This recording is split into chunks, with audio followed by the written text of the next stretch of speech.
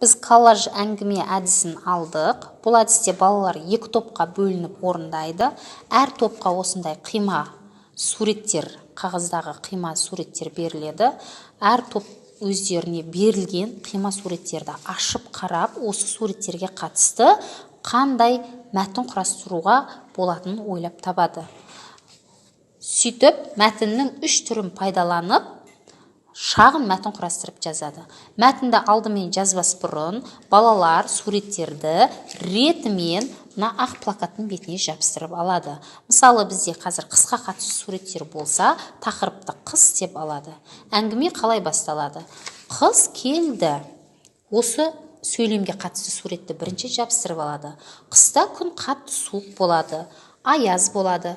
Екінші сөйлемге қатысты суретті жабыстырып алады. Осылай суреттерді ретімен плакаттың бетіне жабыстырып алады. Содан соң барып, ретімен жабыстырылған суреттерге қарай отырып, осы суреттерді пайдаланып, мәтіннің үш түрін пайдаланып, шағын әңгіме мәтін құрап жазады.